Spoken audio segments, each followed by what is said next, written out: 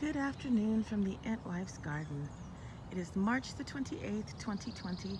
We have our official shelter-in-place order. I've really been enjoying all this extra time alone. I feel like this is going to be my best garden year ever. So, because I've discovered all sorts of new things, I finally had a chance to weed the way I've always wanted to weed. So you'll notice that my rock wall has nothing but ferns and moss growing on it at the moment. In fact, there should be nothing within a foot of it other than this grass, for which I have plans I'll tell you about in a little bit, and the ivy. I have my delphinium. I'm going to try to grow along the front here because I decided that if the county needs to come and dig this up where the sewer line is, then I don't really care if they die. I would care about my rosemary, but it's a little bit further up. Parsley's looking nice. I've had quite a few baked potatoes with parsley and chives recently. I'm really hopeful about my garlic. This is the best my garlic has ever looked. I've already had a second harvest. We won't show the neighbors' tag numbers. There we go. Oh, I had my second harvest of carrots. Let's go over here. In fact, let's take a look and see, because pruning out the big ones from last time, oh look, let's see, seems to have allowed some of these others to get full size. So I'm just gonna let these go and harvest as they go. And if they start to bolt, I'll just save the seeds and try, because next year all my containers are getting carrots. I've got these muscadines that are just self-seeded, probably from the ones that grow beautifully at the neck of my subdivision. It's literally tantalizing, and they're beautiful, but they're on a power line, so I'll probably die if I try to harvest them. So I've never had one that wasn't a windfall. We're looking now at this columbine. I seem to have some pretty purple ones coming up, along with the first couple of Sweet William, which always seem to be the pink ones. So it looks like I've got some great color coming up. Mint's coming back nicely. Oh, look at all the new growth.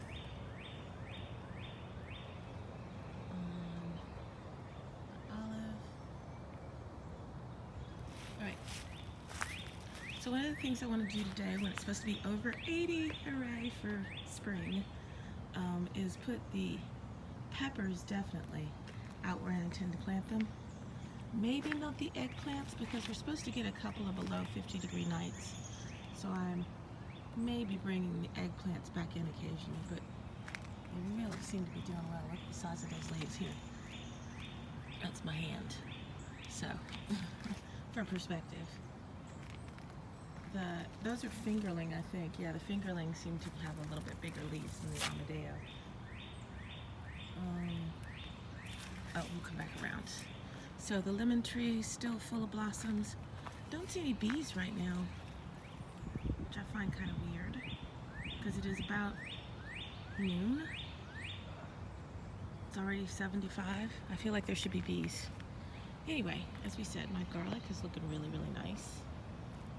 Let's go around this way. I weeded the path. I'm very proud of myself. So everything is, well, you can't ever get rid of all of the little pine sprouts. They're just everywhere. But I'll come back through later and do my best. Anyway, as far as in the beds, there's chives, lettuce, and saffron fronds. In the walkways, I have some clover.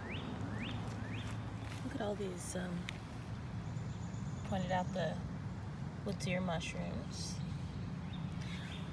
I should be a good cat owner and prune this catnip. But these beds are really just waiting for some peppers and eggplants.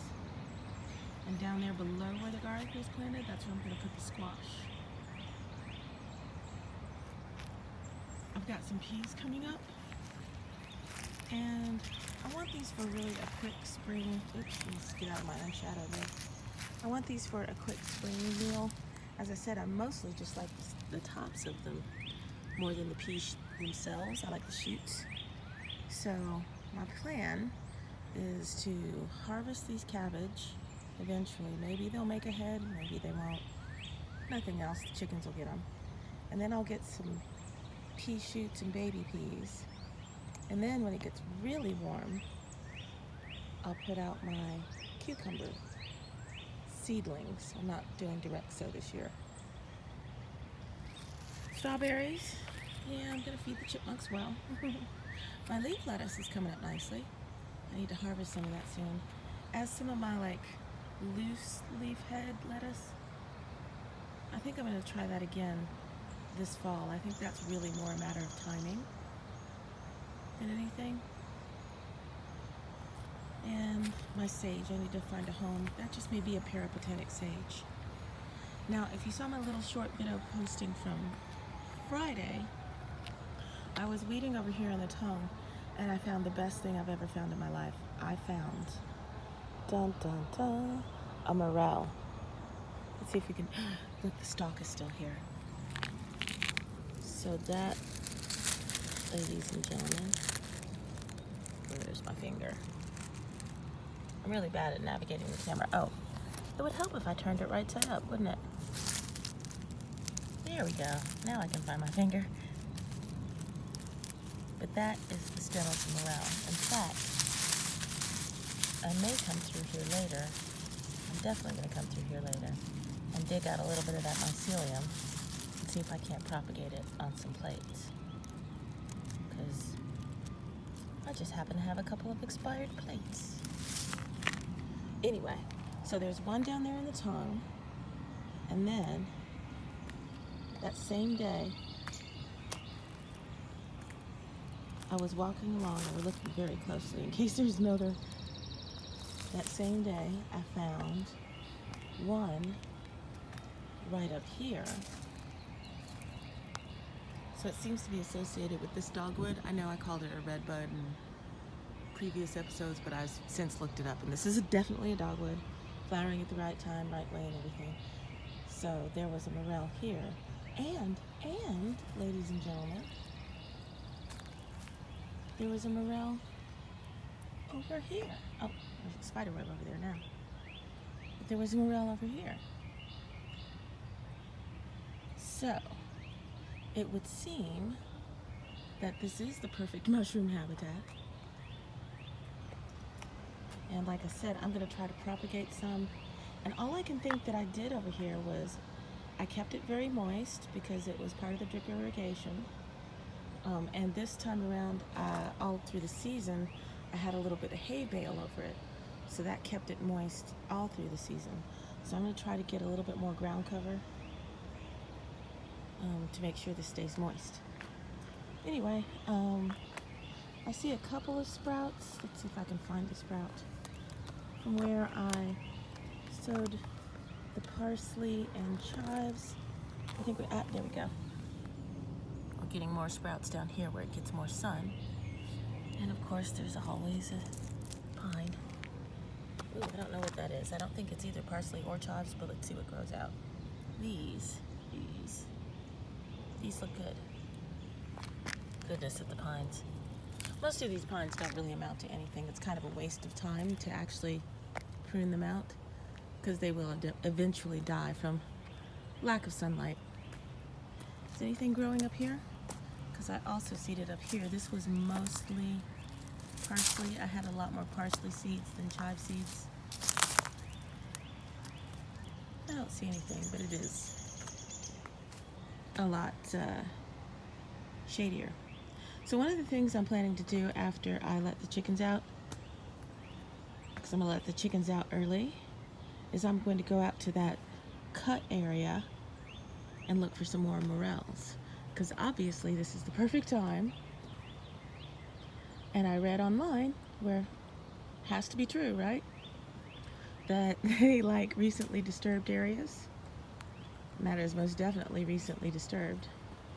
And they like oaks, beeches, elms. Of course, I found that one under a dogwood. And the dogwoods are in full flower, so it shouldn't be hard to find them. Oh, speaking of full flower, look, I put up my hanging baskets. They've been out for 2 weeks overnight, so they're ready to go. This is probably the time of the year when they'll get the most sun because there's not a lot of leaf cover yet. So I'm hopeful that they will get a good start and won't get too leggy. But I also have a plan. I'll show you my plan. One of the things we are definitely doing this weekend is turning the compost, because down there I have some delicious black dirt that needs to go into my containers. That's how I refresh my containers every year. And all the stuff on top needs to be turned over so the worms and stuff can get to it. My ferns are looking beautiful. I feel like, now this is where I put down the chanterelles and morels last year, year before last, spring of the last year. That's when I did it, which was not the right timing. I now learn it should have been the fall. But this is a nice stand of mostly hardwood trees. We've got the water oak. I don't know what that is. Sweet gum or tulip poplar, one or the other.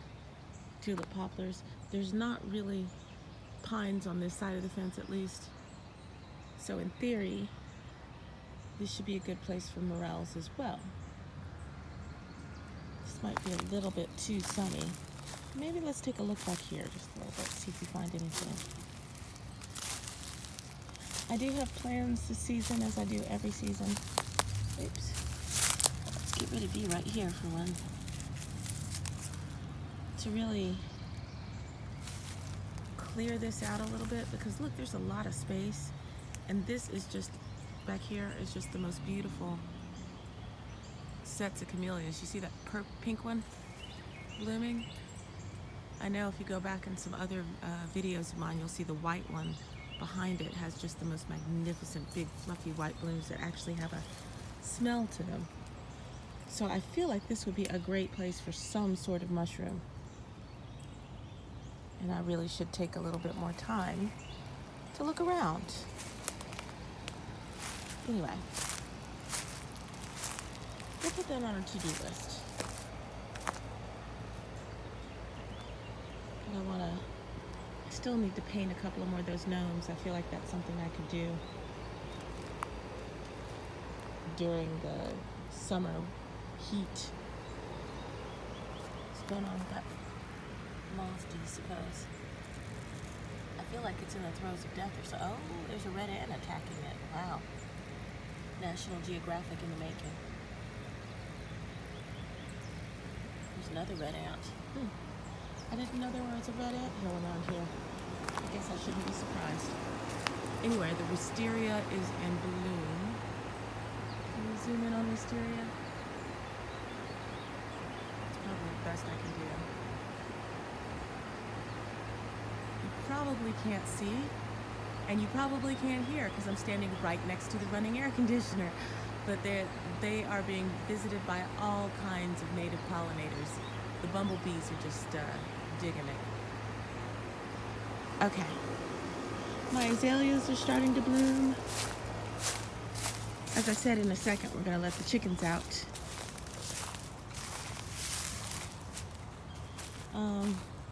But here is my contingency plan. All of these impatiens. These are the ones that are potted that I could transfer at any time. And that's not sickly. That's our 7,800 pollen count today. Yeah. Oh look, we got our second one that's not red and white. These red and whites, my shade again, seem to be very hardy and early bloomers. This one seems to be a throwback, just a plain crimson. But this was the first non-red and white to bloom, and that seems to be the next. So purple and white is next. Do you have any other colors? That's what I'm going to do while I'm letting the chickens out today, is I'm going to try to pot every single one of these impatiens.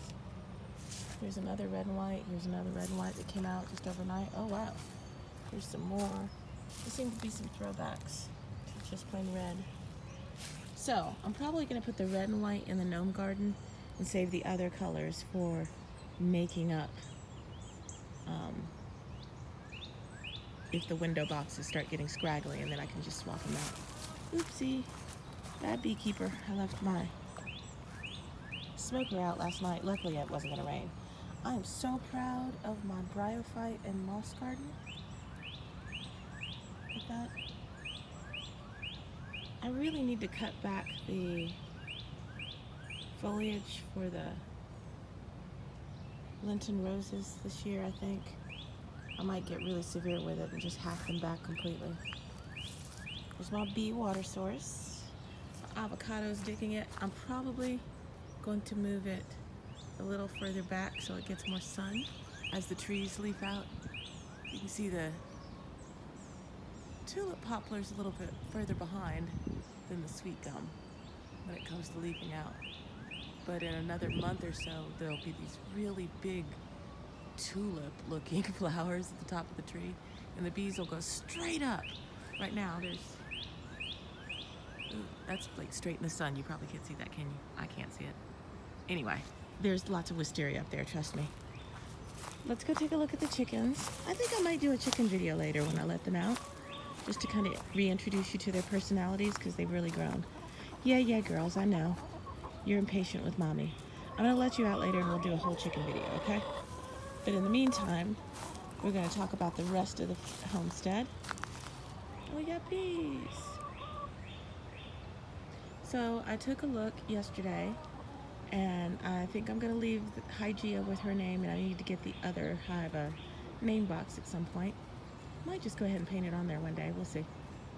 Anyway, the point to this is, both hives have released their queen. They've both drawn like 3/4 beautiful white comb on the frame where the queen was.